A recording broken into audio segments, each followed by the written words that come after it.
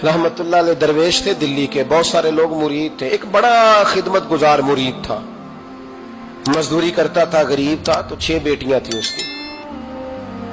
हजरत साहब के पास रोज आके कहता, हुजूर बच्चियों के लिए दुआ करें, अल्लाह कोई असबाब पैदा कर दे। एक बच्ची की शादी का खर्चा 1000 दिनार है और मैं गरीब हूं। हजरत साहब दुआ कर देते।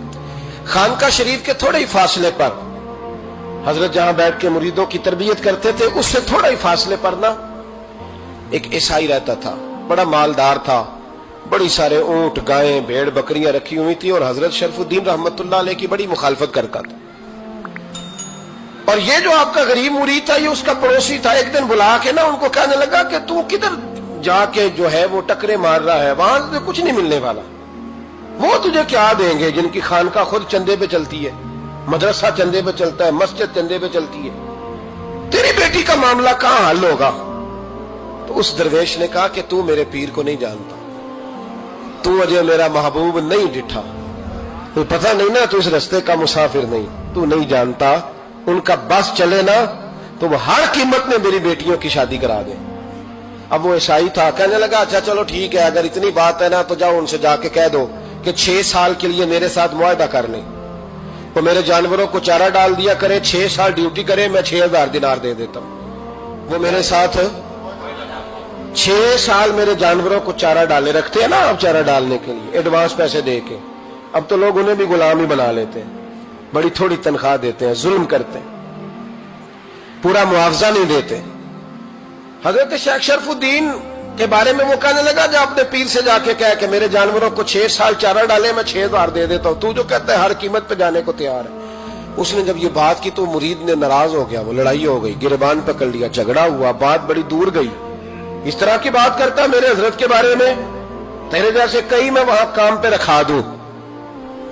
जब बड़ी बहस हुई, बात मोहल्ले में, इलाके में फैल गई, दुनिया ने सुन ली, तो शेख शरफुद्दीन तक भी पहुंच गई। इस तरह झगड़ा हुआ है। लोग सो गए इशा की नमाज के बाद। हजरत साहब ने ना सर पे कपड़ा लिया, उस ईसाई के दरवाजे पे दस्तक दी, वो बाहर आया, फरमाने लगे लोग तो सोच समझ के मुलाजम रखते हैं, तूने भी तो सोच ही लिया होगा, तभी तो मुझे ऑफर की है।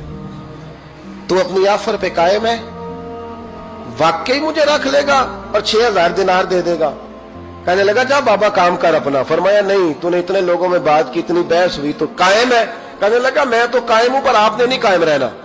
फरमाया मैं सोच समझ के आया हूं। उसने कहा आप ड्यूटी करेंगे, भैंसों को चारा डालेंगे? फरमाया एक शर्त, बस जब अजान हो जाए ना तो मुझे रब की नमाज पढ़ने की इजाजत दे देना, बाकी सुबह शाम जो तू कहेगा। अगर उस गरीब की बेटियां ब्याही जाए तो मुझे और क्या चाहिए?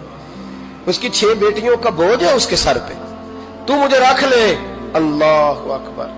वो कहने लगा चले पे मेरे साथ खते बंदगी कर ले, आजकल हम स्टाम करते हैं, उस जमाने में खते बंदगी होता था, गुलामी का खत, काजी शहर के पास, यानी उसका ख्याल था कि चलो स्टाम की बात करूंगा तो भाग जाएंगे। फरमाया चल मैं तैयार हूं। काजी तक गए, तय हो गया, 6000 दिनार दे दिए।